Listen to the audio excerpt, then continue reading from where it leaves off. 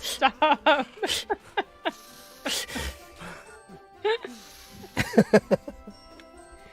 Had to clear the sinuses, you know?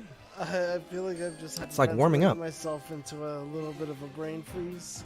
That's what you get. Too much air. Ahmed, you look like you're 8-bit right now. Yeah, you're real fuzzy. You're Atari. What's up with You're that? Atari Ahmed Yeah, today. my internet, man. Oh. Some bullshit. Some bullshit. Welcome everybody. This is Soundbooth Theater Live. This is just another, you know, Soundbooth Theater Live day in the office. It's a good one. We got just the three of us here today. Which, you know, fine. Fuck you guys. You don't have to run this show. Whatever. We don't need them. I can do the whole thing myself. Whatever. We're gonna have a good show today. We have another episode of Pirates of New Phantasia by Sara King. We have a very special cinema segment. We're going to the cinema to talk about Honey, I Shrunk the Kids. You just watched it and you almost forgot the I know. And we're doing that because Chrysalis 3 just came out. So remember, this is thematically us retroactively, promoting Chrysalis 3. And then after that, we have just a troll poll selection. Is that it? All right, cool. So I think probably a little bit earlier, a little bit shorter one today. Right? Am I missing anything besides the news? No. Okay. Cool. Well, here goes. We got some news. We got a little bit of news. All right. Let's see. Did anything release yesterday? No. Nothing released yesterday. No, not yesterday. But last week we had the new release of a new series that we've started. This was actually Mr. Justin Thomas James's idea. It is our Adventures of Sherlock Holmes. Yep. Yeah, let's take a look at that one. So the first one was narrated by Mr. Justin Thomas James himself. Which one is that? Something of the Bohemian Scandal Rhapsody? in Bohemia. Oh yeah, Scandal in Bohemia. Yes. And at the end, Justin does sing Bohemian Rhapsody, with Sherlock Holmes's voice. Does he really? That wasn't in the one I proved. Interesting. Interesting. Well, I'm sure if just listen all the way through, guys, you'll find it. It's there somewhere. Just keep digging. I wonder how many people are actually going to do that. Okay. So we have that. The very first one of those are okay. So if I remember correctly, we're doing one of these every 2 weeks, right? This is kind of like Scaffed, how we're doing the bi-weekly scheduling. Yeah. I'm not exactly sure what week will be mine, but let's see. Who else? Oh, I was just looking at the schedule. I really love the covers. Susan did a great job. She designing did. The Sherlock Holmes covers. Shoot, I don't have the spreadsheet in front of me. I can't remember when yours is. Each one is going to be narrated by a different person. I think Justin's probably going to do 2. Some of us are probably going to do 2. These are all short stories. Now, is there any such thing as a Sherlock Holmes novel, or are they all short stories? I thought they were all novels until Justin started talking about this project and he said they were short stories. So I honestly don't know because I've never read any of them. Oh, okay. Well, I think this is a good opportunity to start. If you're fans of ours and you've always been curious about Sherlock Holmes, come pick it up. It's absolutely free. Are we going to just keep the whole series free? As far as I know. The whole series is going to be free, guys. So it's easy treats for you. Just keep an eye out on the newsletter every 2 weeks. So these are going to be Tuesday releases. Is that right? Yes. Okay. And different narrator every time. Just go check them out. Really happy to be given this away. So what else? Did we have any other releases last week? None other releases last week. Okay. No more releases last week, but we did go to JordanCon last week. It was me and JTJ, and we had an excellent time. First of all, guys, this is in Atlanta. The View with Drew is here. What's up, The View with Drew? Thanks for coming. Hi, Drew. We went to Atlanta. We went to one of my Jordan movie. Con. Matt Denman was with us. Matt's always excellent to hang out with. There's Mongo with him. And actually Donut is posing in one of the other pictures. I didn't even Mongo. notice that. I never knew what Mongo looked like. There's Donut. There's Donut. And she does talk. That is a talking donut doll. We need to make those. We need to make the real ones. Talk in your voice? Yeah. It's kind of hard. Like the button is in her paw. You squeeze it and she talks. So we had a great time at Jordan Con. Lots of good authors there. Made new friends. Also got to hang with Stone Sanchez some more. Got to hang with Ronnie Verdi some more. He and I had a lot of discussions. I think that soon we'll be getting together and planning some more stuff. Very soon we're going to be bringing Beast Queen and the Goblin King, the two R.R. Verdi titles that I narrated for him, to the platform. So watch out for that, guys. I don't think that series got enough attention when it came out. And I think maybe when we bring it to the platform, when it's more isolated, people might be more willing to give it a shot. But that has encouraged Ronnie to keep writing in the series. And he just won an award. He won a literary award. I can't remember which one, but it's for his book The Last Binding, which is actually published by Tor. And that book is selling really well, apparently. So if you guys haven't checked it out yet, check out The Last Binding by R.R. Verdi. That book is doing really well for him and getting him a lot of attention in the publishing world. There it is. The Last Binding. VIR. There we go. Yeah. So, anyway, he's got book 2 is already almost finished. He's going to be turning that in very soon to the publisher. Tales of Tremaine is the name of the series. And that's also available, like it's all over Barnes & Noble. This was very prominently featured at this con as well. So, aside from the Goblin King slash Beast Queen stories that we'll be republishing on SBT Direct, we're also kind of talking about maybe a sort of monster of the week kind of samurai story called, how was it called? The Penniless Swordsman. Yeah. So we're in discussions about a lot of things. Ronnie's also a big fan of comics, so we had a lot to talk about in that regard. It was just generally a good weekend. Plus, Justin Thomas James got to come visit me during the week here in Kansas City. We had a great time. I showed him a bunch of great food while he was here. He got to walk around my town. He did a lot of walking in the mornings when I was narrating. And then, we had a good time in Atlanta. I mean, Jordan Con, y'all. If you guys are Wheel of Time fans especially, you're going to like that con. But if let's say Dragon Con is a little too high profile for you, if there's a little too much shit going on at Dragon Con and you wish that there was a con that was in the same area but a bit smaller with the same type of group, just less of them, less chaos, more relaxation, more chilling, definitely check out Jordan Con. It's once a year. Next year it's April 19th through the 21st, and I believe we will be there. There's a very 90-something% chance we're gonna be going next year, so keep an eye out. And the last bit of news I can think of, besides Chrysalis 3 being now available, is that episode 5 of Scaft is releasing tomorrow. Is that right? Yes. Right. Yes, tomorrow. Episode 5 of Small Chests Are Fine Too by the excellent Neven Iliev will be releasing tomorrow at 10 a.m. So if you, first of all, haven't started that series yet, episode 1 is still free. So you can check that out. If you don't want to wait for, let's see, there's three more releases tomorrow, and then 2 more after that, each bi-weekly.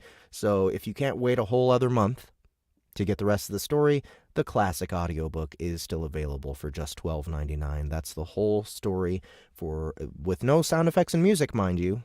Man, look at that cover. That's the last one that just released. But the next one has my favorite cover. You'll see it tomorrow when it comes out. It's really good. So anyway, I think that's our news for today. I think we can jump right in to Pirates of New Phantasia. Oh, look at all the reviews. Thank you for reviewing, everybody. We need more, though. Casey is best barbecue. Sorry, just got distracted by that little comment Outlander said, but he's absolutely correct. Yeah. I lost track of thought. You got me thinking of barbecue. I disagree with that sentiment. Sorry. Nope. Southern barbecue is the best. No. Yes. Yes. No, it's the ribs. That's the thing. Ribs. The ribs. And the ribs and the burn ends here in Kansas City cannot be defeated. I don't know about that. I mean, that's where Masterpiece comes from. Yeah. Then that's not very good barbecue sauce. But because you're in yeah, I know. That sucks, but like you've been eating Casey's like ketchup over there, right? Like you just No. We actually don't eat that shit over here. No, that's what we export. We're like, this is the junk that we don't need. That's what we export to other people. Oh, that's Casey Masterpiece. Yeah. That's the malt liquor of the Yeah, exactly. Yeah, no, Casey Masterpiece is very plain and garbage. No, if you want good Kansas City barbecue sauce, call 777 baby got sauce. Oh gosh. 455 sauce machine. No, you get Meat Mitch. About sauce? You know who knows about sauce? Alaskans. They know about sauce. Meat Mitch is the sauce, guys. So anyway, here goes. This is episode 6, part 2 of Pirates of New Phantasia by someone totally brilliant, also known as Sara King. And here goes.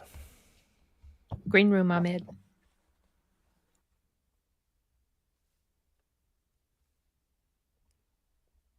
Interior. Inside the cockpit of a Digger-class spaceship speeding out over the jungle, a combat-clad woman with copper guns in her belt, a copper-feathered parrot, and a man with a copper leg are watching the view screen carefully. On it, a ship is in pursuit, rapidly gaining speed over the jungle behind them. See that? That's not right. What's not right about it? Looks like a typical mercenary fare to me. One of those deadlifts left over from some skirmish with Casper. No, you simian pellet flinger! Look at how fast it's moving! It's not even bothering to pretend it's a merc anymore! Deadlifts are fast. They used them to get troops in and out before drones could take them down, back in the war. You watch them go overhead, they were like silver streaks against the sky, from one horizon to the other in 2 seconds flat. No, you don't understand. It's going at least 2% faster than even a Falcone class should fly while in an atmosphere with this density and moisture content. Ah, fuck, they're hailing us. What should I do? Ask them what they want? No, they can't see me. This is very, very bad. Why? Because my hairy block of misfiring more organic particles, a Falcone travels literally as fast as we've been able to do is possible with all our current technologies, and it's going faster than a Falcone. Catching up when we had a 10-minute lead. Hey, I don't misfire. What he's trying to say is that the current speed the ship is using to pursue us isn't achievable in any known ship configuration in present day, even in Casper's most elite courier vessels, which makes these guys dangerous. Oh. Okay. So, why does it look like a deadlift? Those things are old. Like, they were old 40 years ago. That's a very good question. For once, I remember riding in a deadlift that smelled like vomit. Didn't really think much of it. Come to find out, the last time it had flown troops into battle, it took damage to a stabilizer and wound up spinning and spinning and spinning and centrifuged everyone's lunch out into the troop pit, including all their intestines and guts and hearts and lungs and shit. We were in such a bad way with Casper that they didn't bother doing anything but fix the stabilizer, picking up the guts and giving it the good to go. We were the first flight after that. Some of the bloodstains were still wet, you know. Couldn't really get the stink out of the seats before they had to strap us in for a drop. Fascinating. And Phil, what are your thoughts? Hopefully a bit more refined than this chain-smoking Philistine? I'm thinking it's impolite to downplay the psycho-emotional traumas of a fellow crew member during their years in the war. What emotional trauma? I laughed all the way to the ground and lit my cigar with a bloody lighter I found embedded in the crack of my seat. Still have it. See? It's my lucky lighter. Had to spend a few hours in a foxhole with a toothpick prying blood out of the dragon engraving, though. That's nice. Marty, I think we're about to die. What do you think?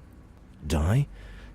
Isn't that a bit extreme? As one of the heads of the Casper Collective, I was fed a lot of information over 4 decades. There was one rumor in particular about a ship that could stump even the most advanced senses into thinking it was a migrating flock of waterfowl and could fly faster than a falcone. It changed its look, but it always carried less than 6 men, regardless of its 100-man capacity. Infill said the man's faces were smooth blank spheroids, a silvery grey, but despite extended interrogation, felt there was nothing odd about that. Like their very programming had been changed simply by witnessing them. Humans they interacted with asserted they looked normal when we captured them and interrogated them. The one Mortec that saw one of these 6 saw human faces for a split second, before they basically went crazy and stopped caring about whether or not they had human faces or blank faces, and eventually got himself cold because all he wanted to do was focus on troop placement afterwards. Troop placement? To a Mortec, deciding troop placement is akin to playing with dolls. Kinda rudimentary. Oh. The other Mortecs took that as a sign to leave wherever it was the fuck alone, but I had to know more. And when I looked into it, reviewing every single instance of camera footage that happened to capture their images, their faces were always blurred out, as if the cameras themselves could not capture the light, and the images were somehow projected directly into the human mind. You're suggesting... The technology might have been reacting to and manipulating sentience, and whatever it was has superior programming to our own, as well as the ability to imprint its own programming on us if we try to, say, resist. Oh. Shit. Shit. Yes. You're saying the humans created some infill technology that surpasses Casper's? Not humans. At least not this current batch of drooling apes. Whatever it is, it's old. I found inexplicably blurred images of 6 men, which actually was 7 about 4 centuries ago, going back through time for over 3,000 years before the rest of the council discovered what I was doing and collectively told me to stop. Before that, the human race had been so devastated by the war with the manganine that cameras hadn't yet been invented. There were many sightings of ships flying over groups of stone-chucking hunter-gatherers in the histories, however, oddities that couldn't quite be explained by a handful of hunter-gatherers witnessing a meteor or a volcano or a particularly strong aurora. Oddities that I find particularly alarming, considering our current predicament. You think they're left over from the manganine? I think they might be manganine. Yes. Well, that makes our situation a bit more dire. Manganine. So, like those infills Casper dropped behind our lines in Kaibuk? Much, much worse. These take infiltration to the next level, literally projecting some frequency or code, making potential aggressors believe they belong there. I also believe they're rather intelligent, as they've completely evaded the Casper Collective's attempts to hunt them down or even locate them beyond the random moments they make their appearance. Despite multiple sightings at various spaceports across the universe, the ship leaves no docking manifests, no registration numbers, not even an engine wash to follow. The only oddity that I ran across is that a couple of times a witness caught the ship lighting up like a flare in the ultraviolet spectrum right before it makes a jump. So, how do you fight manganine? Especially manganine with the ability to recode the electronics of compatible machines. I'm not sure. I'm having the uncomfortable feeling that the arrogant young man with the sandal fetish is currently the only weapon we have against the manganine. Humans killed manganine before everybody died. With a plague? One that killed off both humans and AI? Nah, there's gotta be a way. Electrify their brain boxes? Smash them in a hydraulic press? Dissolve them with acid? If there were an easy way to kill them, they wouldn't have lived through the fall of humanity and the 4,000 years of barbarism that followed. Leave it to a grunt. There's gonna be a way. Be that jamming C4 in someone's toaster or dropping hot sauce in a space heater to make smoke bombs, a grunt's gonna find an easy way to get shit done in a way that gets her back to the chow hall in time for dinner. What about dropping a really big rock on them? Does the infill have any ideas? We go back for Yami? I think if we are truly being pursued by manganine, the last thing we want to do is tip them off to Yomi's existence. Then again, the fact they spent so much time at the site before engaging in pursuit suggests to me that Yomi is most likely already dead.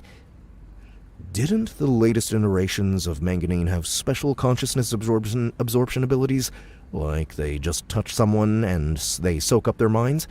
Something to that effect. It was a last-ditch effort to counter the telemorphic abilities of Yomi's genetic line.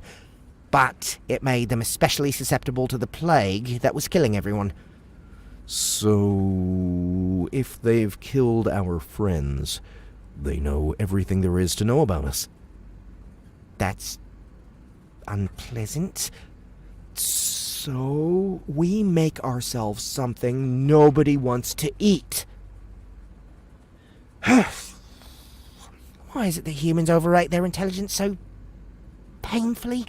She literally has one of the most brilliant minds in the known universe coming up with ideas with one of the most brilliant saboteurs in said universe, and yet her simian flesh blob still somehow finds it important to exercise her vocal cords in the middle of the discussion. No, hear her out. The manganine elite killed by absorption. What is it that would be unsavory to absorb? Correction. They killed however they could. Absorption was just easiest for them when confronted with a more dangerous foe. What made a foe more dangerous? Hypothetically, if we smear ourselves in programming shit, something that wouldn't feel comfortable touching with a 10-foot pole, much less a mental link, that will still leave them any of 1,000 ways to crush, smash, explode, eviscerate, shred, pummel, or otherwise degrade our physical forms into useless scrap. My leg is going to be a problem, isn't it? What were they afraid of? Yes, it is. I'd advise you, drop it and continue on with less overall mass. You might have a chance of catching them off guard with a fully functioning body, even if it's smaller. Won't they see me coming a mile off? If they're built with manganine tech, then they're going to know I'm a machine from a distance, even when I'm fully camouflaged in a childlike form. You said they absorb consciousness? So, like, maybe they're afraid of absorbing something stupid like that baby dino clone Louise made using a chunk of Giggle's toenail when Captain wasn't looking. It was humping the leg of a chair in the dining room last I saw. We could throw it at them. Maybe I can lure their pilot to follow us out into space and then jump. Then I can plan out a 12-stage jump back to this one, and hopefully we'll lose them and any potential surviving crew members don't starve over the next 3 weeks before we get back to them. If they really are manganine, I don't think I'm capable of fighting them. Or maybe they like dinos, and we could use Giggles 2.0 to lure them out of their ship and blow them apart with your cannons. The ship's cannons are made of copper, which doesn't have the same impact resistance of steel, which will make the rounds blow up in your face. Thank you for your uninvited input, mate suit. The captain is a plucky fellow. I'm sure they'll find something to eat. You mean Louise will make some more poison darts? Or that. Either way, they have access to a jungle. I'm sure they'll be fine. What about a blast from the ship's engines? Think that's hot enough to fry one of them? There are 2 guns in the armory. Nothing special. Old plasma, the onboard reactor types. Captain sold the last 2 non-hand exploding ones for food after Yami transmuted all our ruvmestin into copper. They're not going to be killed by plasma. Yes, but they will have to exit their ship in order to board ours. I could climb out onto the hull, hold onto the belly, then take those 2 weapons and sneak aboard their ship as they're boarding ours. You know, foxholes are pretty handy. You could dig a damn good foxhole with the nose of a ship. You think you could get on their ship before they noticed? I think it's possible. Could you get me on their ship? What's the core temperature of a dervish exhaust in a Star Chaser mode? I could probably get you on the ship. If we smeared ourselves with rancid code and left an imprint of ourselves back on the ship stinking of virus, well... Rose, why in the fuck are you taking the guns out of the safe? Marty needs those! Oh, I just got this great idea and I want to put it to use. Rose? What are you doing? Those things explode if you chamber around without firing in the next 3 minutes. Oh, I know. Where's that duct tape? Over there. Thanks. Infill, take those fucking guns from her. That's an order. She is a hardened war vet, sir. I'm interested to see what she's planning. She's going to blow us up in some macho display of ape-like resistance. We're most likely fighting manganine. We need brains right now, not nicotine-wrinkled bicep. Fuck, they're healing again. I need to figure out what we're going to say to them to leave us alone. Maybe I could convince them the whole ship is corrupted with malicious firewall code. That might work temporarily, sir, but they could probably counter a virus given time to analyze it. The spot, then! The manganine were afraid of the spot, right? Hey, Marty, where's the big magnet Captain uses to dredge the sand for Tulane artifacts? Stuck to the wall of his bedroom. Okay, just a minute.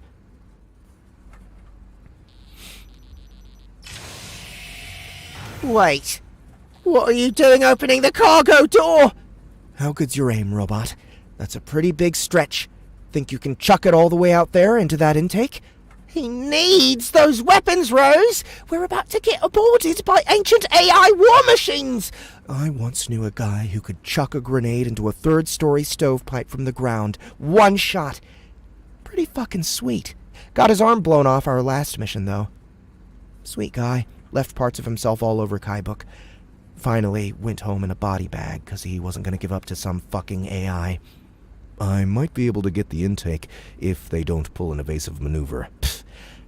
Let Alex take care of that. Tell them how much you like sucking on nuts, Alex. I'm sorry. What? Distract them. Tell them you're a horny, nut-loving creeper bot that Captain bought on one too many trips through the porn hubs because he didn't have money for a real ship's computer, and you developed a really, really bad case of blue balls looking at all the crew's nutsacks day in and day out, and now you want to come out and play. Something crazy a Mortec wouldn't normally talk about. AI tends to freak out when you start doing something they don't expect. All we need is for them to be confused for a few seconds while Marty tosses them our magnetic little friend. But definitely within the next minute and a half. Please. You sure it's a minute and a half? Thought it was closer to 2. I set a timer the moment you activated the plasma. Oh, sweet. You game, Alex? Or are we gonna let Marty lob his surprise pleasure missile on his own?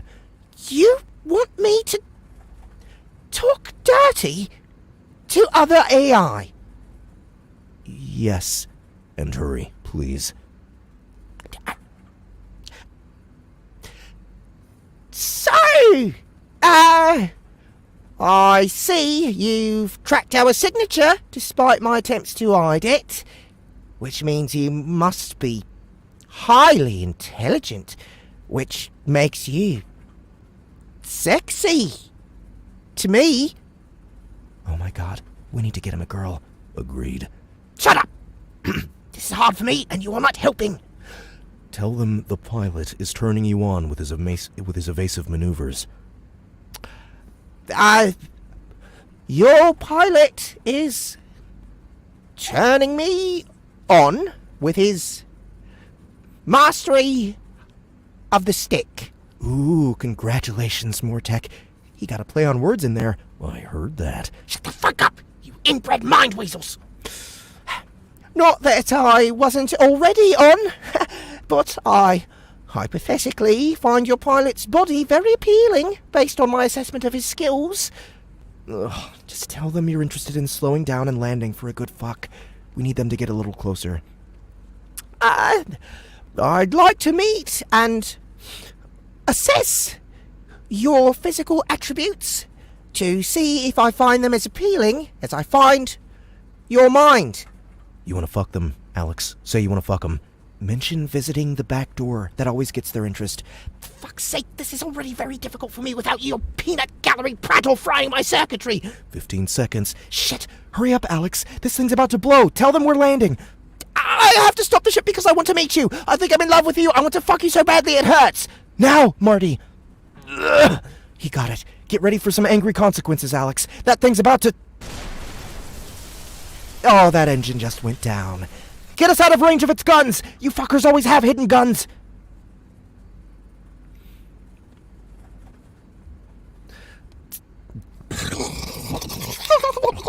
See? They can still fly! That was your whole plan! Just piss them off! Fuck, no. That wasn't my whole plan. It's not maneuverable. Barely airborne. Get above it. Sit on it like a monkey humping a football. Drive it into the ground. And why the fuck would I do that? Because we've still got that old mining drill from our last asteroid run. Captain's been holding on to it on the off chance we run into a Ruvmestenoid. The mining drill... Marty, ready the salvage equipment and get ready for impact. Yes, sir. Rose, strap yourself in. This landing won't be pleasant. You don't have to tell me twice. I've got the drill ready. I'll let you know when we're in position. I'm pulling around. Rose, hold on. You're pulling some pretty hard G's there, Mortek.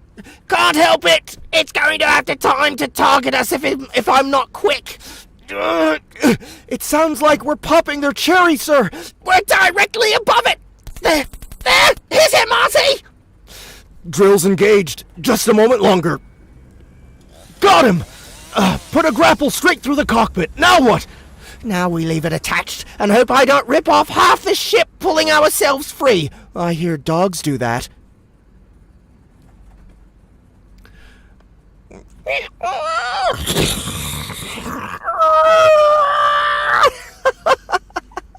Oh, God. You were really serious about hitting the gas. Why all the rolling? Shit! The simian just passed out from the G's. You still with me, Phil? Still here, sir. Good. The manganine is still camped out in that furrow they made with their ship. Go check on your pet monkey. Yes, sir. And Phil? Yes, sir. You did good. How so, sir? Ignoring your directive earlier? Yes, fucker. Ignoring me and going with the hardened war vet over the infinitely smarter Mortek. Good job. I'm giving you a virtual cookie. Don't eat it all at once. Thank you, sir. Now let's go check on our captain before Louise goes feral again, eh? Whew. That one I could have done with another actor, but it still felt good. And I love getting all awkward with Alex and the dirty talk. You did great, Jeff. I wanted more. I wanted more dirty talk from Alex. Yeah, well done. Yeah. I hope that turned everybody on. I hope you guys are hot on the collar here. But yeah, more dirty talk, please, Sara King from Alex. I think it's wonderful. Thank you guys so much. Thank you, Sarah, for for that. And now, on to the cinema. Oh boy. Next week, next SBTL, we have probably another. Are we gonna have another one, Sarah? You think? In 2 weeks' time? Yeah. Yeah. All right. Cool. All right.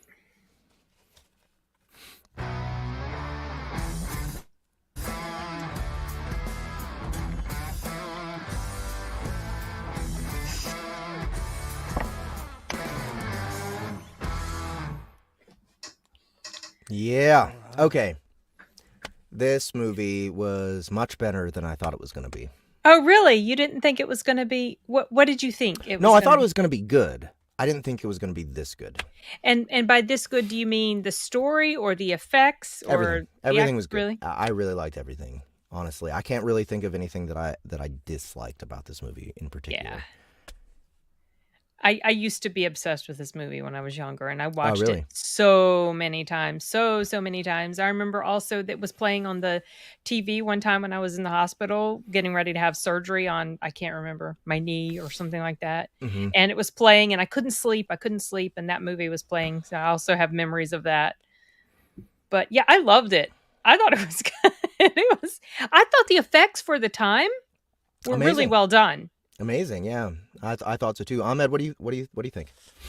James Horner did the soundtrack of this one, and also he kind of did it in like it was a I guess in a Danny Elfman kind of way, right? It was a little bit, circus.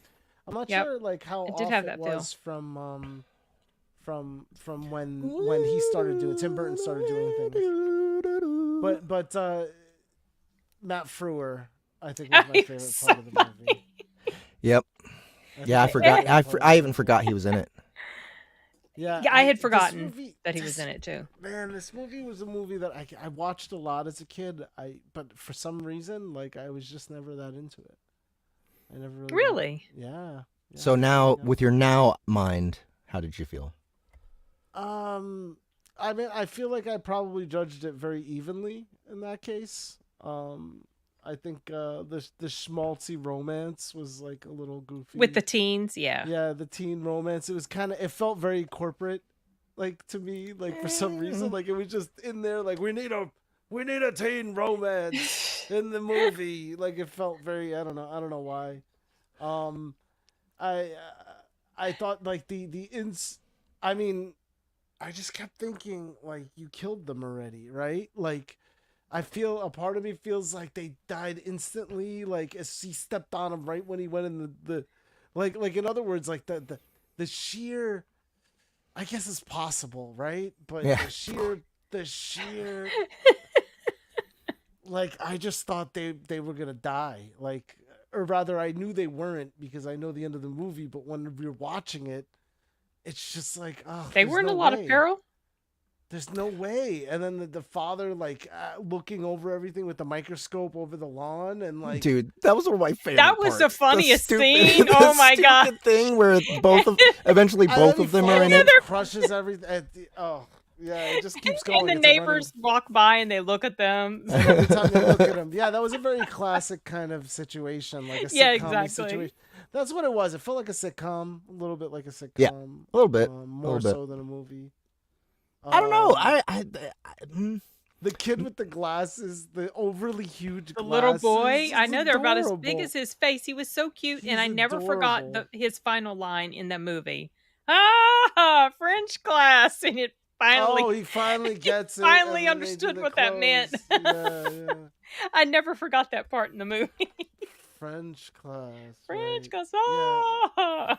Rick Moranis basically reprising his role from Ghostbusters. I actually was surprised at how much he didn't. Like I remember that's the Rick Moranis I always think of is the one from Ghostbusters. Like just an absolute spaz. I think this Rick Moranis, like just the sort of like kind of clueless, oblivious type. No, he's actually plays a pretty straight character in this one. Mm-hmm. This is the one I think of most when I think of Rick Moranis, because I've probably seen this tons more than I've seen Ghostbusters, because I haven't even watched that a whole lot. Because I'm not super crazy about it. He does get a bit more cartoony once he discovers that he shrunk the kids. Yeah. Right? Once he's, doing his slapstick routine, after having, come home and disappointment and there's a part that I found unbelievable when he beat up his machine. Oh, and then he was able to fix it? No, I mean the fact that that's even more. Oh, that he would just suddenly beat it up in the first place. What's even more is the cops come, and they totally lie, and like they basically kidnapped and potentially murdered those kids. and they're totally cool with stretching it out because of the sheer gambly hope that they might be able to find the kids and save them again. Yeah, they said they're in the backyard and the cops never came to investigate. Oh, it felt like a thriller to me. Well, okay, there's but this on other the side of it that anyway, that's a little back thrillery. in the cops didn't always take missing kids seriously. I've listened to so many true crime podcasts that a lot of times, even back then, they just didn't. They thought they were runaways or they were friends. Agreed. No, that's not what I meant. I meant the fact that the parents didn't let the cops in on it. They were like, because they knew they were going to prison. They were like, we killed all those kids. Like, we can't tell them what happened. You better shut up, Jude. You better shut up about the kids. And she's like, no, we gotta tell them. We gotta get help. It's like there's this whole like that drama never happens.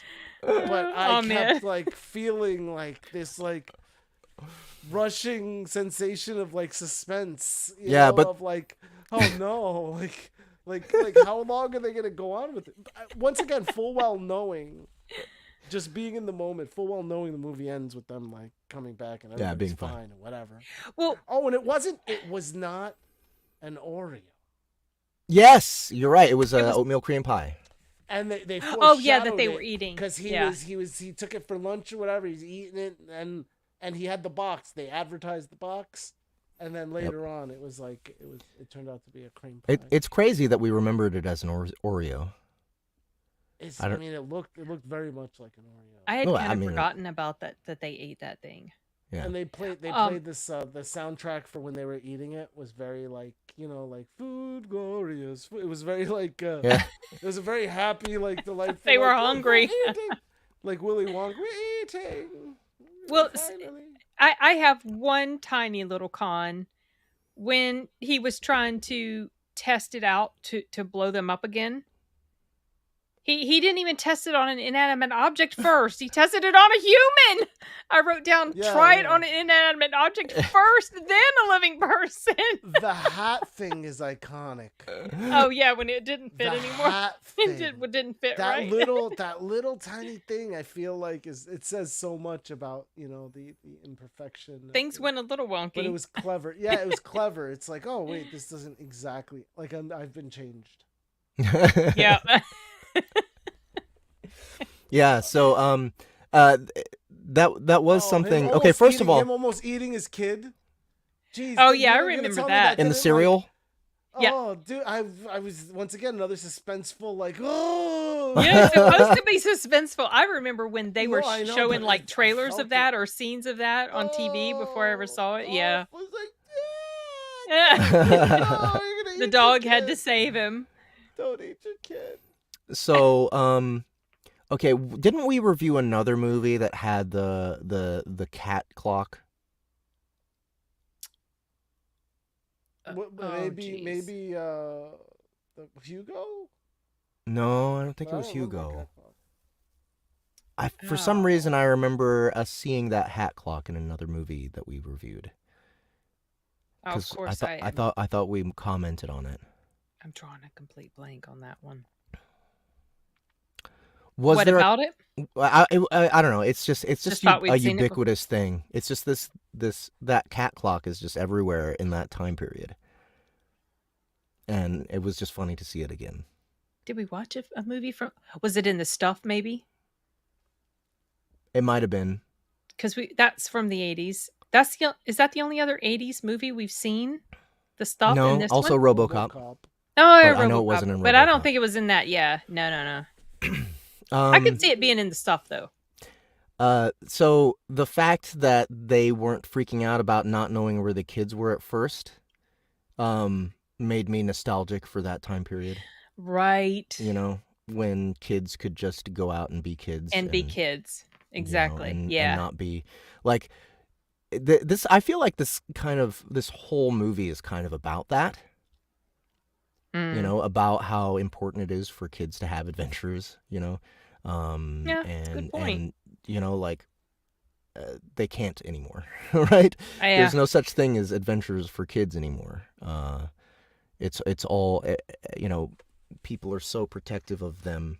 I mean, of course, rightfully so. People should be protective of their kids, but like, also they're so protective that they cannot face any kind of adversity as soon as like once they're adults. You know, I think that's kind of a huge problem with kids of my people of my generation, people earlier, you know, newer than me. Like it just keeps getting worse over the generations. The cat clock was also in Back to the Future, Outlander says. Yeah. I just loved the way they built these things. All these practical effects. The sets, the practical effects. That was another thing I wanted to talk about. So impressive. But something I wanted to mention too. So I took the DVD with me because I went out of town these past few days, and I was like, I need to watch this before we leave. I got to watch this. So I had the DVD, but then we watched it on Disney Plus because my family had Disney Plus, and I remember when I used to watch this on VHS, that when you would see them on the wood, you know, like on the floor or whatever, and you could see like a very clear defining shape of this is where they put this scene on that didn't show up quite like that on the Disney Plus version. So I wonder that's if what I watched. Yeah, I saw it. Did you notice it? Yeah, for sure. It felt like it was so much worse, Jeff, on the VHS though. It probably It might have been. You know, it's like back then they didn't have the kind of technology that it was easy to color match. And you're talking about like the perception difference in like technology, right? We observe everything through digital now. It's completely different. I often like think about like what it was like watching like minimum like low definition TV, and actually it was fine, but it was also like when you watch all these old movies on this new tech and like they pump it up to 4K because if it was on film, it's visual quality. It's the same quality as you would see in 4K or whatever. Yeah. But it's still, there's just something, you know, there's something so different and foreign. And it's funny because I lived through that. I lived through all of it. And now when I think back on like a CRT monitor or like a tube television, you know, like it was just a different, it was a different mechanism. It was a different experience. It was just on the big screen once again, because film they extrapolate that to digital pretty almost 1-to-1 now, right? Like it's very similar. But when you were watching it on a TV at home, being transmitted over the air or into your cable box or whatever, it was different, you know? Yeah. But you know, it made me so nostalgic for practical effects. That's one thing that I love about older movies. Practical effects are almost always better than computer effects because even when they're so obviously a practical effect, like the ant, it still feels like it's in the same world. Yeah, and it's just got more of the spirit of creativity behind it, in my opinion. You know, it's more like they have a problem to solve and they have to figure it out. Whereas with computers, now I recognize that that's certainly how it works in computer effects as well, except all of the problems are logic problems rather than circumstantial problems. You know, it's all about programming. It's all about it's solving problems within a contained environment, you know, with all the variables that are under control. They're going the other way, right? Because like when they're trying to get it to look perfect from the other way. Like they're like, oh, did you see how I got that hand? Like I was watching this Corridor Crew video of them like fawning over an Avatar, The Way of the Water. I still haven't seen it yet, but I will soon at some point. But they were fawning over how perfect the hands looked. And they were like going over how like part of it's CGI and part of it's but all the water CGI. And they were talking about all the work it took to get it to look real. Whereas practical is like it's already real. It's already real, right? It's already real. Yeah. Now we're trying to stop it from looking fake. Like it's like it's the opposite job. Yeah, exactly. And I don't know. It's just so much more endearing to me, and it just feels. Had you ever seen it, Jeff? Seen what? Had you seen this movie before? Yes. Oh, yeah. Oh, okay. Long time ago. I was in my single digits though, for sure. He was nostalgic for it. Yeah. Like yeah. What was your favorite set piece or practical effect? The ant or the bee or the grass or the mud or the cereal or the cookie? That's a good question. Or in the lab? You know, I'm a sucker for stop motion as well. I liked the scorpion a lot. Oh yeah, that scorpion. It was really cool. You know, it's so obviously stop motion, right? They didn't have really a way to do motion blur. I think that's the biggest problem with stop motion is the inability to do motion blur. Now, when they do stop motion, they can do motion blur, right? They can use computers to simulate it. But, you know, that's... I can't help it. It just makes me feel like I could make movies, you know? Whereas, again, like, CG... feels manufactured. You know, it feels like something that is out of reach of, you know, everyday people. And of course, that's wrong. That's wrong now. You know, computer graphics is more accessible than it's ever been, right? People are making kind of amazing shit now with computers, and, you know, it's just one person. Like, I don't know if anyone here has seen there's like this Warhammer fan film. I can't remember what it's called. Shit. I bet someone in the chat will know what I'm talking about. But it's this fan film. Yes, Astartes. Yes. I think that's, I don't remember if that's how you pronounce it, but it's absolutely incredible. And it's one person. Which is set. Yeah. Oh, this is it? Oh, okay. Yeah. We can just watch like a tiny bit. In the Warhammer 40,000 universe. So today we're gonna about it. I don't know where it actually is. But I mean, hang on, we don't need the volume. Yeah. We can turn it off. We can mute it. Was this stop motion? No, this is CG. Oh, this is CG. Okay. This is CG, but this is one guy. A lot of painstaking work for a long time. Yeah, too bad we can't. Too bad it's kind of. Yeah, it won't play? Yeah, it won't play steady. This is all CG? This is all CG. Every single bit. What did he use, I wonder? I don't know. I mean, my best guess is just Unreal or something, which seems to be like the most common engine for people to use in animation. Oh, yeah, it's not playing. Yeah, it's all choppy. We can't watch it. My internet sucks. I'm sorry. Yeah, but you know, what I mean to say though is the spirit of, you know, do it yourself is more it seems more in reach when it comes to practical effects. Here's the ant. The ant was heartbreaking too. I know. Right. They like, but that's amazing. How much screen time? I kept waiting. I kept hoping, waiting for the ant to just eat the kid. Like it was like an expectation. I knew it wasn't gonna happen, but like in the moment, it felt like, oh, like you gonna trust that thing? Like, yeah, you're really gonna be just fine around it? Like, what if it just decides to just eat you and just bite see, you in all half? of that kind of thinking went right out the window for me when the movie set the tone, though. You know, there's something about this. There's something missing from kids programming. More often than not nowadays, that this movie kind of like hits the nail on the head when it comes to tone. Like, everything's funny, but it's not like over the top funny.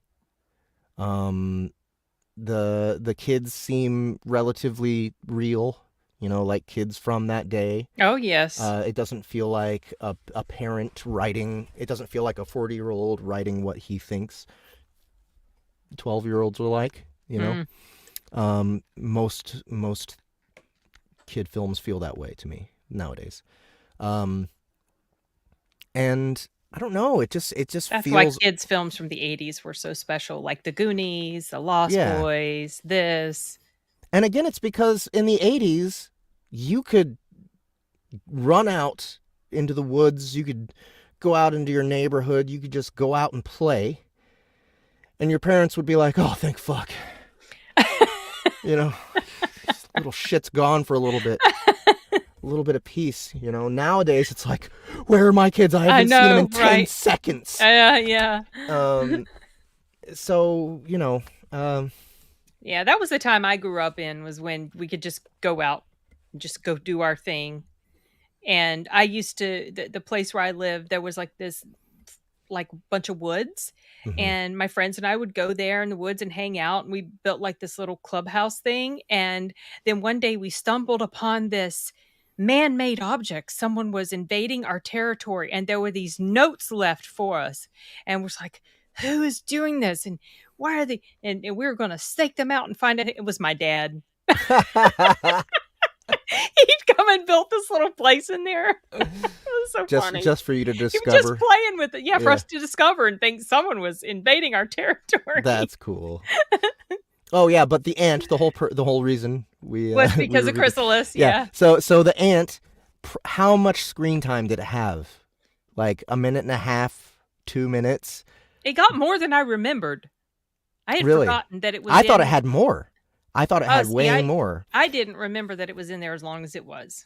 Yeah. And then, you know, it dies, and there's like, you know, I actually had an emotional response to it. Yeah, it was sad. You know, it was trying to save them. Yeah. Because they fed it cookies. They tantalized that poor thing for a long time, though. Yeah. Yeah, they did. There was a baby ant too. They got that baby ant killed. Oh. Yeah, those. Oh, then the giant dinner at the end. Oh yeah, the big huge turkey. I'd forgotten. Which reminded me of Back to the Future in a way, but also like giant turkey. Also, big food doesn't taste good. I don't know if you guys have ever tried like a giant burger, like a giant cheeseburger. It's not good because it takes, you know, the proportions are all messed up. Yeah. Cooking them it's like impossible to do it right. There is a optimal size for that kind of stuff. Like I imagine. Well, I prefer like Cornish hens over turkey. That's for sure. You know, like I'd rather eat a smaller bird than a bigger bird. Yeah, maybe. They're tastier, right? I don't remember what a Cornish hen. I'm sure I've had one. They all taste fine to me. It's just a littler bird. It's a little more supple. Well, they're also easier to overcook. Yeah, if you're not careful, Yeah. But yeah, I don't know. You guys have anything else that you want to say about Honey, I Shrunk the Kids? I didn't have a ton of notes to take, but yeah, the nostalgia was real. It reminded me of how much I used to love this movie. You were just a baby when this came out, though, Jeff. Yep. The horror of the lawnmower. The next door neighbor, or the neighbor that came to cut the grass. Yeah, the horror of the lawnmower. He shows up right in time to like create like absolute like terrible like awful stress, and they go through the whole lawnmower. They went up through there, and the blades didn't even cut them. they just got spit out the other side. Or they were got very blown lucky. out. So, did you see something that Simon said? Oh What? gosh, No, I always do that every time. Simon says, okay, he said the David Cronenberg version of this movie would have the kids immediately suffocating because their red blood cells are too small to absorb oxygen. Oh. Yeah, and then like all of their blood vessels would pop, and they'd be like, oh yeah, Blender. Blender. Yeah, Blender. I see. Arturo's messed around with Blender before. It's kind of complicated, though. Right. Blender is not necessarily user friendly, but it is highly versatile and free. And yeah, I was getting ready to say free. And free. Yeah. Plenty of resources out there. It's a freeware. It's definitely a community. We got to talk about the grammar issue here, y'all. No. Yes. I think it's perfect. No, it's not. It bothers me so much. I can't even say it anymore. I just have to say it the right way now. No. Yeah. No. Why did they do that? And I don't know, was that intentional, or did they they just truly not know their grammar? Because you guys, let's talk about this. Where do people say shrunk? Like you have to use a helping verb with it. Had or have. Or having. No. What I mean to say is maybe it's slang from like a particular part of. It's just totally grammatically incorrect. And you know what? There have been plenty of authors that we've done work for that have incorrectly used the word shrunk. And I'm always, I leave those notes. Eventually, by about the 10th or 11th time, I'm writing SHRANK. You are incorrectly using correct grammar. Honey, I shrank the kids. Honey, this is an inappropriate place for correct grammar. Honey, the kids have been shrunken. Yeah, honey, the kids have been shrunk. That's the correct way to say it, if you're going to say it. But honey, I shrunk. No. You don't say that. So I honestly don't understand. My shirt. So does that take like a point away from the rating? Or... No, it doesn't take a point away from the ratings. I'm just befuddled. I'm perplexed. I'm baffled and perplexed. I really that they think would. It's... Why did they do that? Unless they honestly didn't know. They meant it to be colloquial. It sounds better. No, Shrank sounds better. Because they're middle class. Like, working unembiggened. Honey, I unbigged the kids. Honey, I unembiggened the kids. When Matt Frewer tries to sit on the edge you don't even say shrunk. He tries to sit on the edge of the thing and he almost falls off. Yeah, that's funny. Matt was great in here. I loved his performance. I had forgotten about him being hit in the head with that little Matt Frewer. Oh, right. Max Headroom. Yeah, Max Headroom. I remember him. He's been in a lot of stuff. Oh yeah, Matt Frewer. He's been around. Yeah. And there's the scorpion, the disgusting, absolute gross scorpion. I think it's kind of hot. Okay. Oh, and the pollen. Oh my gosh, my allergies did want to act up when I saw them in the midst of all that pollen. Me too. So, final rating on Honey. Shrank. Honey, the kids have been shrunken. Oh, and his friend making him feel bad about the fishing trip. Yeah. They literally have all the pictures in here. I love that actress because of UHF, the movie UHF. Oh, the girl with the dog? Weird Al. Yeah. Have you guys seen that movie? Yeah. It was it was love about that a movie. radio station. And it was I mean, I've seen bits and pieces of it, but I haven't watched the whole thing. I don't even remember what happened, what it was about. The man behind the bug. Look at that. That's cool. That is pretty cool. Oh, the work that went into from? that. She's so familiar, this one. I've seen her before. The girl, the wife of Matt Frewer. I've seen her. What has she been in? Because that really bugged me. I know I've seen her in so many things. Yeah, it bugged me too. But it's like Buffy the Vampire. Buffy the Vampire Slayer. She was the mother. She was Buffy's mother. Yep, I remember now. That's why she looks so familiar. New Amsterdam. Okay. I don't recognize any of the rest of this. Nothing. I recognize New Amsterdam, but I didn't remember her being in there at all. You get to drink from the fire hose. Such a great dude. UHF is so quotable. There's so many great lines. Simon Smith says the Goonies started with feigned suicide, assault on a police officer, arson, a card chase, body shaming, references to sex toys and sexual torture, and they topped it all off with a dick joke. So much violence and nastiness. I mean, it's crazy. Like, they would not be able to make a movie like that today involving kids. Yeah, again, people would be crapping bricks all over the place. They do, but they just don't market it to kids. Like they would be like. Oh, that was definitely a kids movie. There was a movie called the one that Seth. Oh, what is it called? Too bad. So bad. What was that movie called? With Michael Cera and Oh, Super Bad. Super Bad. I haven't seen that. That's not really a kids movie, though. That's what I'm saying. That's exactly my point. That's the line moved, but the movies are still being made. You know, like I think it's just the line moved, right? Like or rather, the rating system changed. Whereas... Okay, Simon gave us one more little piece of trivia here. I saw a time-lapse video of ants given the choice between a drop of Coke and a drop of Pepsi. They drank the Coke and left the Pepsi. And I wonder why. Why? They were paid, obviously. Oh, clearly. Yeah, the ants. That's the only thing that makes sense. A sponsorship thing. Okay, so yeah, I'm going to say 8 out of 10. Wow, you did like it. I liked it. I think it's solid.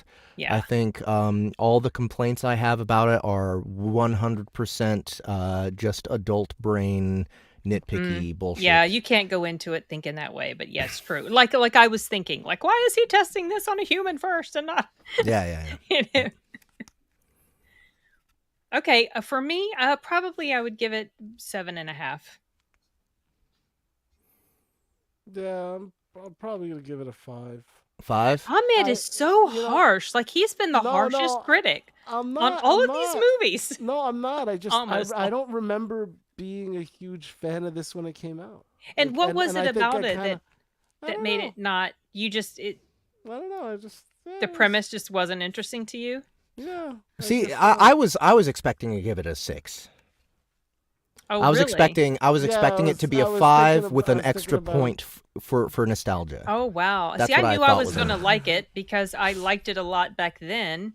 I was happy to find out that watching it many years later, many years older, that I still enjoyed it. It totally holds up. Yeah. Oh yeah, it does. I was just amazed at how being reminded of how good the effects were. Yeah, the visual effects, amazing. Actually, you know what? The ant might have been the worst part of the visual effects because of the way it moved, like the way it crawled. Yeah, you know? The ant was a little jerky and weird. And the ant was the whole reason we watched this thing. Yeah, it was a puppet. The background giant grass was excellent. The background, the wood of the floorboard and the floorboard, and even a little bit the broom in some of the scenes. Yeah, some of the shots. Yeah.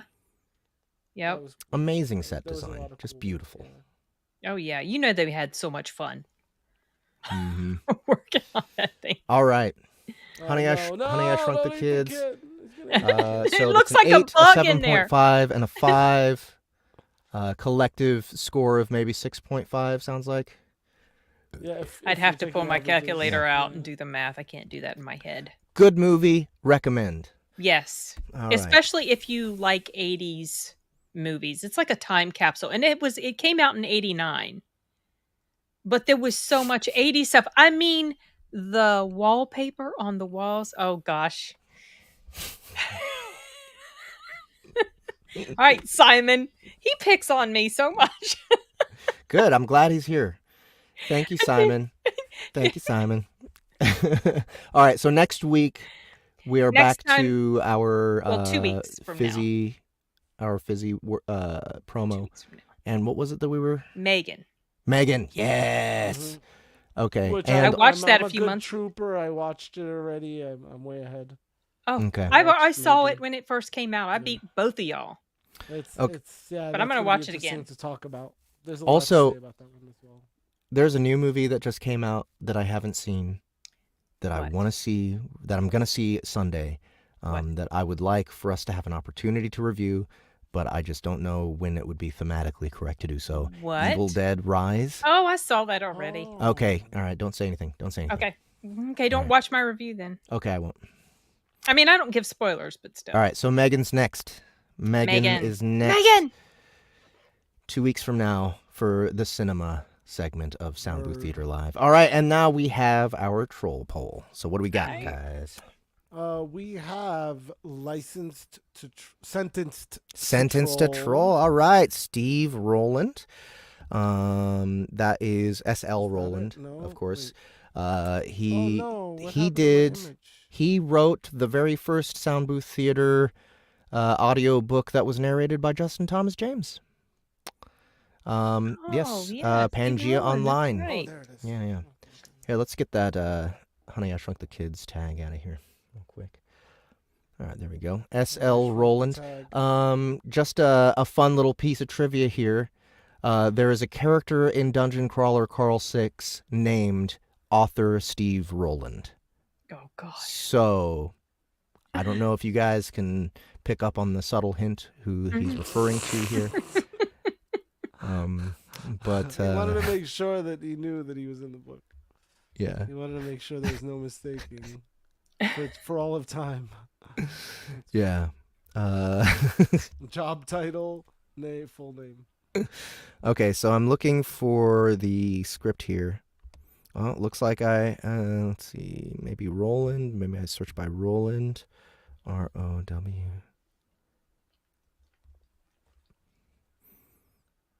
Sentenced to Trolland. Uh-oh. All right. Is there anything else? Is there anything else about the reading that I should know about? Because it was never emailed to me. No, there isn't. All right, which sentence to troll was it? It just says, hang on, I'm going I'm here. It says sentence to troll by Steve Rowland. It does not have any additional information. Oh, that's it? Someone didn't follow fucking directions! All right. Do we have cringe theater, bad erotica mix, and chapter 3 of Men Like Air by Tom Connolly? That would be the runner-up. All right. I just got this new keyboard, and I thought I connected it via Bluetooth, but apparently I did not. So, I need to go check out this... Do some troubleshooting. Oh, We're boy. gonna need some troubleshooting montage music.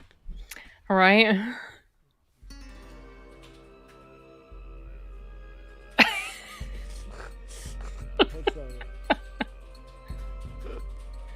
I've heard this before somewhere. Yeah, and this is not book 2 or book 3, it's the first one, right?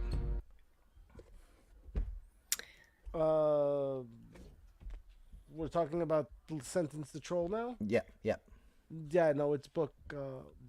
It just says Sentence to Troll by Steve Rowland. Like, it doesn't specify any additional details. Okay. I know Simon, the watch party. How could I forget? I'm not looking forward to that. Watch party of what? Well, some of my YouTube buddies and I, at some point, were supposed to have I've been forced into this watch party to see Army of Darkness, and I have zero desire to see it. You haven't seen it yet? No, I haven't. That's the third one, right? Okay. No. It's okay. I'm not super crazy. I'm not super crazy about Evil Dead, y'all. It's not great, but it's okay. It is great.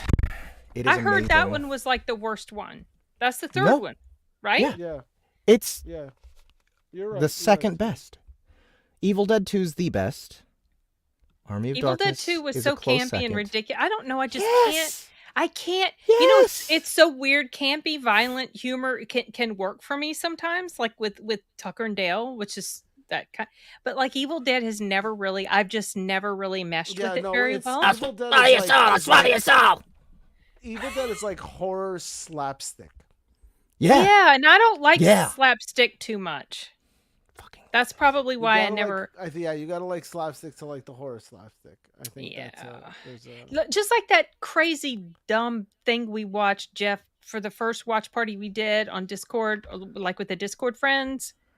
That crazy thing with the wrestlers and Danny Trejo and all that. Oh my gosh, I was suffering. I don't even remember the name of it. It's like these. Ha Simon. It was like they were a bunch of weren't they a bunch of like military folks got together and they made this movie. I think it was fan funded, and they had a bunch of different big names come in there and have these little cameos, and it was terrible. It was so bad. It was so bad. It was dumb. It was terrible. That's why it was so entertaining. That it is extremely rare that I like something like that. This was one of the times I did not like something like that. Okay. So anyone in the audience, if you have read Sentenced to Troll, give me a chapter to start on. This is the troll poll, so I'm going to fuck it up somehow. I'm not sure how. Oh, chapter 12 is called Muck It Up. Perfect. I feel like chapter 12 is the answer then. Oh, ha. Sorry, I'm responding to Simon. Very good, Simon. Thank you so much. Okay, so I'm going to start on chapter 12. I have no idea what's going on in this story. Green room. Actually, green room. But let's give it a shot. So what should I do here? Any requests from the audience for like a style of narration, like maybe a character? It is a troll. Maybe I can just narrate as if, I feel like this story is probably about the main character being a troll. Cajun auctioneer can't do it. I just can't do it. That takes some for real skills. Let's see. All right, I'm gonna go ham with a troll voice, and let's see, how long is this chapter? It's a long chapter, so I'm gonna have to stop somewhere. And no real dialogue for a while, but that's all right. We'll just do it. Yeah, you know what? No one gets to complain because no one requested anything specific. So here goes. Chapter 12. Muck It Up. Peacemaker is a massive axe, even by troll standards. So big that I can't imagine a human being being able to lift it. It cuts through branches and vines with ease as I noisily make my way through the forest. Even after all these years, the blade has remained sharp. The 3 sockets that run down the side of the handle are what really interest me. The item description says that it takes on the properties of whatever magical stones are inserted in them. The power of this axe is only limited by the enchanted stones I am able to find. My mind runs wild with possibilities of an axe that deals fire damage or increases my movement speed even further, making me a giant fucking ninja troll. I need to find out where the stones are. Unfortunately, I don't know anything about enchanted stones or how to find them, and neither Jira nor the chief seems too concerned about telling me. There could be a million different ways of getting them. Dungeons, quests, special monsters. If only I was bound by my bad reputation and the ability to speak only one language, then I could ask one of the more magically inclined races. As it is, I'm on my own. I'm minding my own business, walking through the forest, when something hits me in the side of the face with a splat. My health drops by a tick and a cool, gooey substance slowly slides down my face and falls to the ground.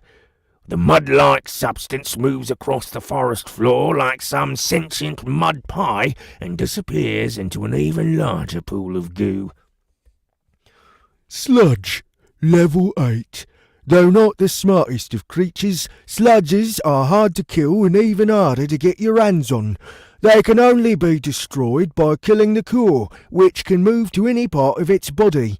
Some are even known to hide poisonous stingers beneath their slimy exterior. Can't a guy just walk in peace? I ask the sludge, but there is no response, just a dull gurgle from inside. Instead, a ghost-like pile of sludge rises from the pool and tosses another mud pie at me. All right, you walking pile of diarrhea, let's go. I take off after the sludge, but immediately notice I'm moving slower. My normal troll movements that I've grown accustomed to feel almost human. I pull up the notifications from the background to see what is going on. Alert! You've been slowed. Movement and attack speed reduced by 50%. Well, that's annoying. Another mud pie comes whizzing by. I attempt to dodge it, but the debuff makes it impossible for me to move out of the way, and it hits me in the chest, turning my green skin a murky brown. Remembering the tiger's eye pendant that Jira gave to me, I mentally activate its ability, removing the slow and immediately move faster. The sludge tosses another mud pie, but this time it sails over my shoulder as I shift to the side. I can't get hit again because the cooldown on the pendant is 10 minutes. I cover the distance between me and the sludge in a few quick steps and bring down my axe with a mighty swing. It cuts through the sludge but does no damage at all. Instead, the sludge seems to move around the blade, almost as if it's cutting through water. You have got to be kidding me. How am I supposed to kill something I can't hit? Oh, a scorpion. A long scorpion-like tail rises from behind the sludge and strikes at me like a cobra. I jump to the side and it whirs through the air where I had just stood. Something hard and metallic protrudes from the end of the tail. A stinger. It strikes again, and I swipe at it with my axe, severing the tail. The stinger falls to the ground and crawls back to the host. I have no idea how I am supposed to kill this thing when it can separate at will. The damage I've taken has given me enough rage to use intimidation. I let out a roar, expecting to confuse the sludge. But nothing happens. It rises as tall as me, and 6 tentacles sprout out, assaulting me with mud balls. Unable to dodge them all, several of them hit me, slowing me and dropping my health down to 70%. Little by little, they are wearing me down. I might just have to say screw it and bail. While I'm still slowed, the sludge shrinks back down, retracting its multiple arms. Its stinger rises in the air and hovers like a snake about to strike. Pain runs through my chest as the stinger penetrates my skin. 10% of my health vanishes instantly. My HP continues to drop as a throbbing pain traces from the wound and down my right arm. Poison. In the style of Tucker Carlson. Okay, let's try. If only I hadn't wasted my pendant's ability, I could cleanse the poison. I grab one of the health potions from my bag and down it in one gulp. It battles with the poison as my health drops and rises, caught in a tide of life and death. Another barrage of mud flies into me, dropping my health by a chunk. I take the other 2 health potions, and my health begins to recover faster than the poison can drain me. Am I getting it right? Is that Tucker Carlson?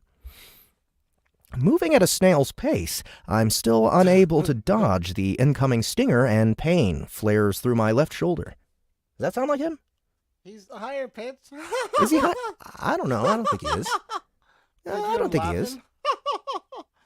Well, yeah, I mean, I have a high-pitched laugh. Let's see. I think that kind of sounds like him, right? Moving. Yeah. I'm about to die a soggy turd alone in the forest. If I had invested points into Iron Will, then I could at least null the effects of the slow for long enough to run away. As it is, I'm pretty sure the sludge could chase me down if I tried to run. Oh, yeah. Then I remember Berserker Rage. I activate the ability, and immediately the slow disappears and the poison vanishes from my system. Right, that one? When he's interviewing people. Vanishes from... He sounds like he's eating something, like there's a lozenge rolling around in his mouth or something. I don't know. If I had invested points into Iron Will, then I could at least null the effects of the slow for long enough to run away. As it is, I'm pretty sure the sludge could chase me down if I tried to run.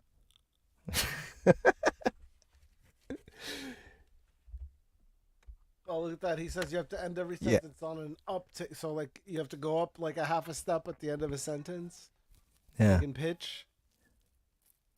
Let's see. I hack at the sludge with violent enthusiasm.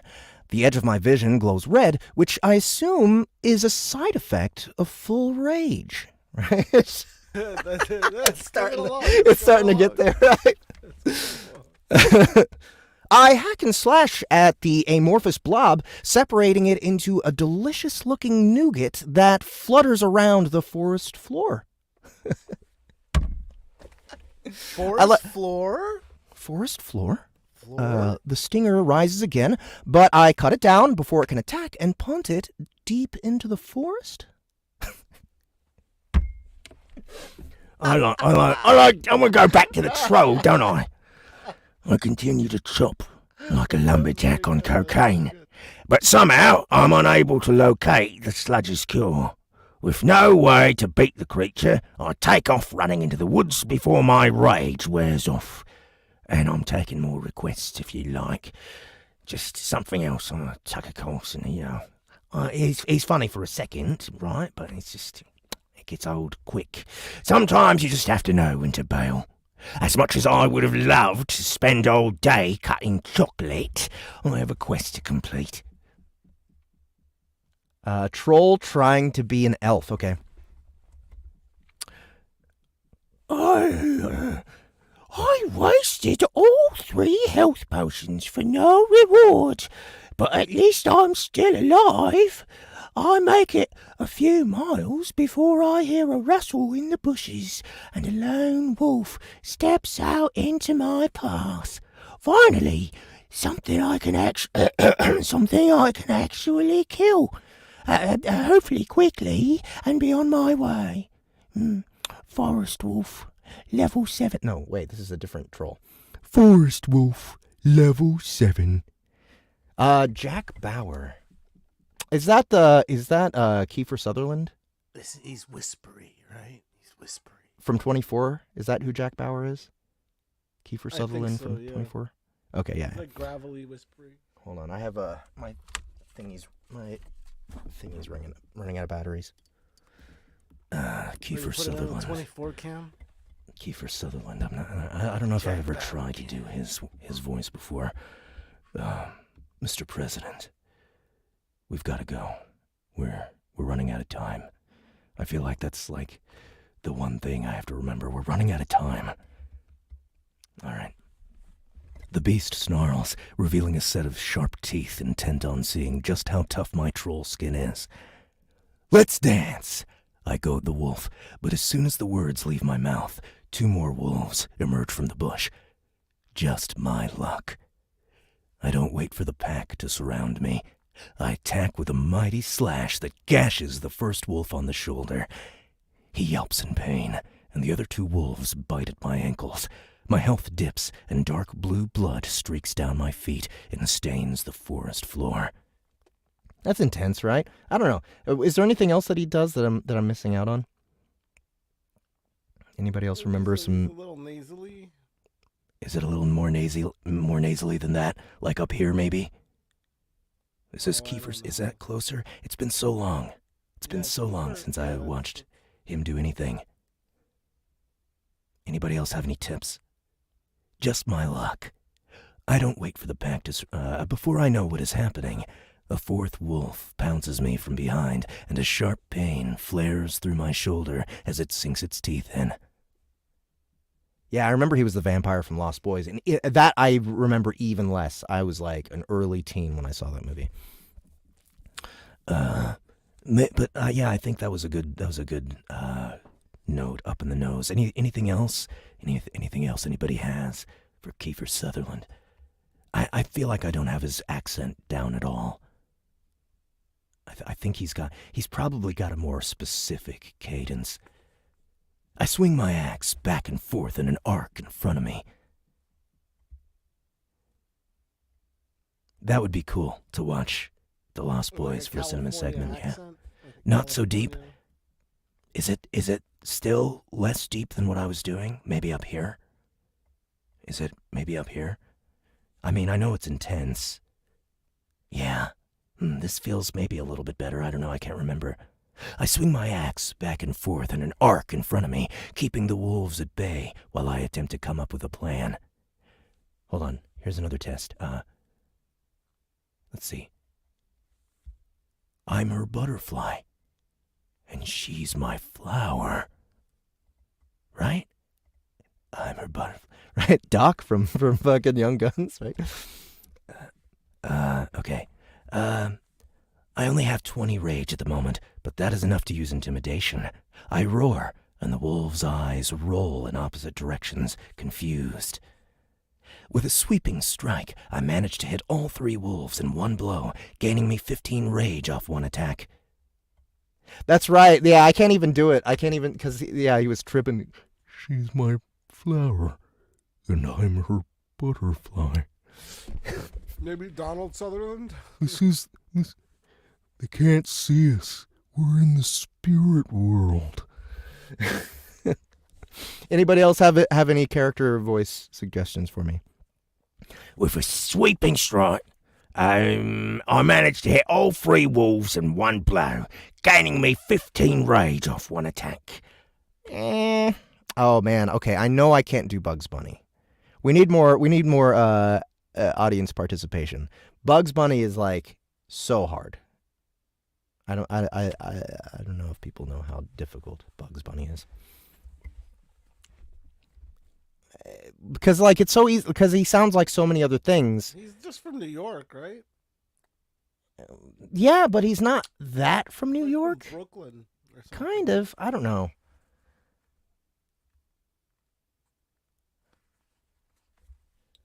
Whoa.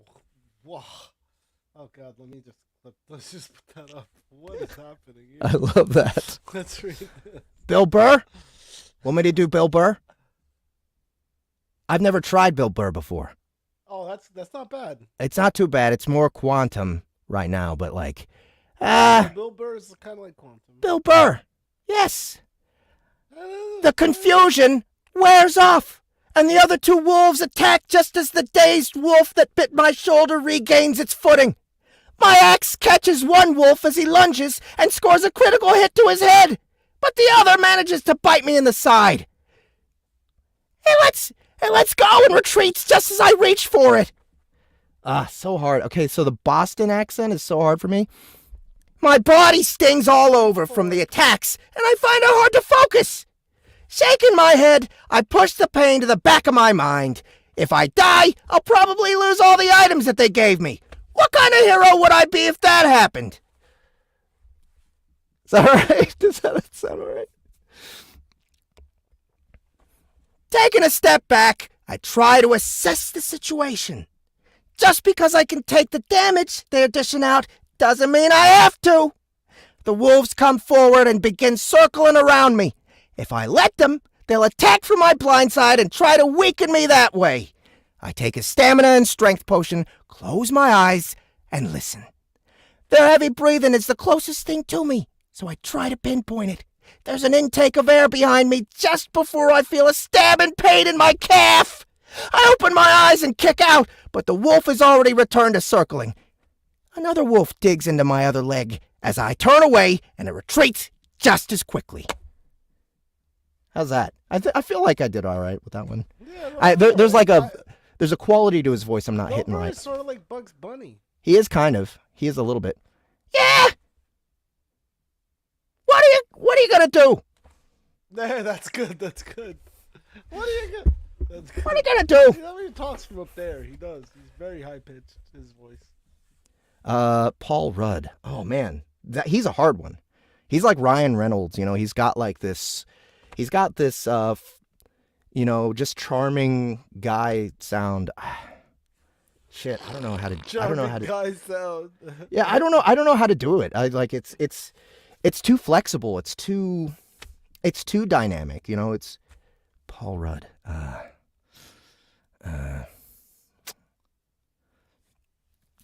I can't even his voice is just kind of, it's Jim Carrey. Let me see if I can do that. I take a stamina and strength potion, close my eyes, and listen. Hold on. I don't want to do Ace Ventura, right? That's not what I was falling into there, but it's hard not to. You know, it's. Their heavy breathing is the closest thing to me, so I try to pinpoint it. Hot blood trickles down my leg, no doubt increasing the fervor of the wolves. I push it away and close my eyes again, listening to their breathing. My heart pounds in response to the 2 potions. The intake of breath gives away the attack, and I turn, slashing my axe through the air like a pro golfer. It connects with the wolf's jaw, splitting it in 2. I'm not quick enough to stop the counterattack on my rear, but I'm down to 2 wolves and 50% HP. I don't know. Jim Carrey's hard to do. No, that was good. I can do I can do one of his characters, like Ace Ventura, but I can't do like Jim Carrey. He's another one of those really dynamic guys, you know. Shaggy, which Shaggy? You're talking about the what's his name? Yeah, he means Scooby-Doo. Scooby-Doo. Yeah, I don't want to do Shaggy. Someone says I hear a lot of Guardians Raccoon in your Bill Burr. I think was his name Rocket Raccoon. Okay, I definitely don't know that one, Outlander. Paul Rudd playing Kuno from Forgetting Sarah Marshall. I don't think I've seen that movie. Is he in that movie? Paul Rudd, Jim Carrey. Let's see. All right, one more, guys. Let's throw me something. Throw me something that's like a little more, like Brian Cox. Brian Cox. Oh, Brian Cox. I think I can get this one. It probably is, but I think I could do it. He's got a very specific delivery.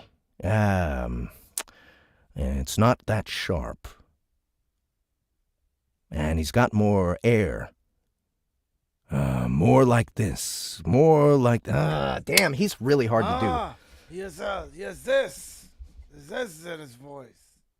Come on! No, it's... I don't think I can do Brian Cox. I'd have to like study him for a second and really like zero in on it. All right, you know what? Patrick Bateman. I repeat the process until only the final wolf remains. We square off in front of each other. The final showdown. I'll give it to the guy. He has some major balls, staying around after watching 3 of his pack sliced to pieces. I make the first move this time. So like, yeah, I was kind of close with the Brian Cox. There's like this very straight up and down thing going on with him. But there's just something about the quality of his voice that I'm not getting right. It's like, Voldemort. I don't know. I've not seen those movies really. But that's Ralph. How do you pronounce his last name? Is it Fiennes or is it Fiennes? Fiennes? Rafe. Yeah. Called me Rafe. Rafe, that's right. Rafe. Rafe. Okay. You know what I'm gonna do? I'm just gonna close out on one of my new impressions that I'm really that I really am surprised that I got as fast as I did. It's my Nicolas Cage. I'll give it to the guy. He has some major balls staying around after watching 3 of his packs sliced to pieces. I make the first move this time, attacking with an overhead swing. The wolf is surprisingly fast and darts out of the way. He lunges and takes a bite of my arm before I can regain my balance. His teeth sink into me as he shakes his head back and forth. It hurts like a bitch, but I use claw against his snout, and he sets me free. That last sentence I didn't really like. The wolf licks his muzzle, tasting both my blood and his that is caked into its silver fur, and lets out a huff. He eyes me intently and begins circling once again. "I've had about enough of your shit," I say. A faint swing of my axe, and the wolf moves to the side, but I'm already prepared for his movement and spin to the other side, bringing the axe down in a beautiful arc that connects with his side, ripping the remaining life out of him. "Congratulations! You've reached level 7. +1 stat to distribute, +1 strength and constitution racial bonus, +1 ability point to distribute."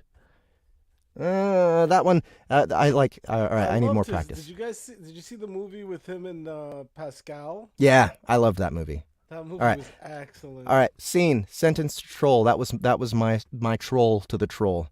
Space Ghost. Oh man, that one's hard. I noticed that when I look at my abilities now, there is a new tab for melee weapons. It must be because I have Peacemaker equipped. That sounds kind of like him, right? Yeah. Space Ghost. He's got that really... I'm like picturing him at his desk. That's where he always is. Right? Yeah. I noticed that when I look at my abilities now, Sweeping Slash. Form a sweeping arc in front of you, dealing damage and knocking your opponent off balance. Cost 5 rage. Yeah, the gravel was kind of right with Brian Cox, but it was like there's something else in there. There's something. He talks. He's always talking like. It's like he uses the entirety. He uses the entire vocal chamber with his voice that I can't quite get there.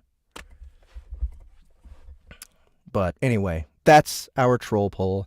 That's basically our show for today. Yes. I think no more segments. So thank you, Gary. Really appreciate it. Oh, you're muted. Sorry, it wasn't as short as we thought it was going to be. No, it was just we were dicking around for a while, I think. Oh, well. Thank you guys so much for coming and hanging out with us while we dicked around with the sentence to troll. And, yeah. Next time we have Megan. Next time we have another new Phantasia episode. Kronk from Emperor's New Groove. You already know that one really good. You guys know. Yeah, geez, Dungeon Crawler Crawl, come on. All right.